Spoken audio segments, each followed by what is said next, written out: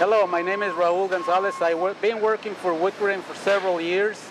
I'm going to try to explain how we take care of minor scratches or dents on a prime door with just a simple putty knife, just paste, spackle paste, and felt sander paper. This is the finest. You can leave a real good surface for a new prime. Then we use the regular primer to cover it all.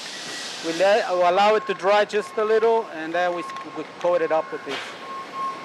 So I'm going to clean it up first, try to get all the rough areas.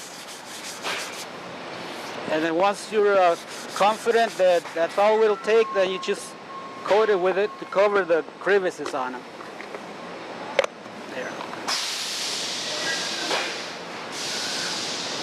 You want to grab a white surface so it covers it all good.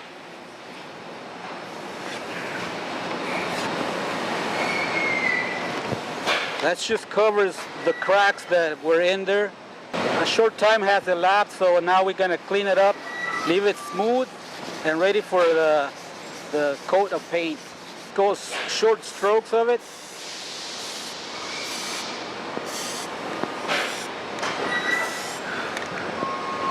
That should do it.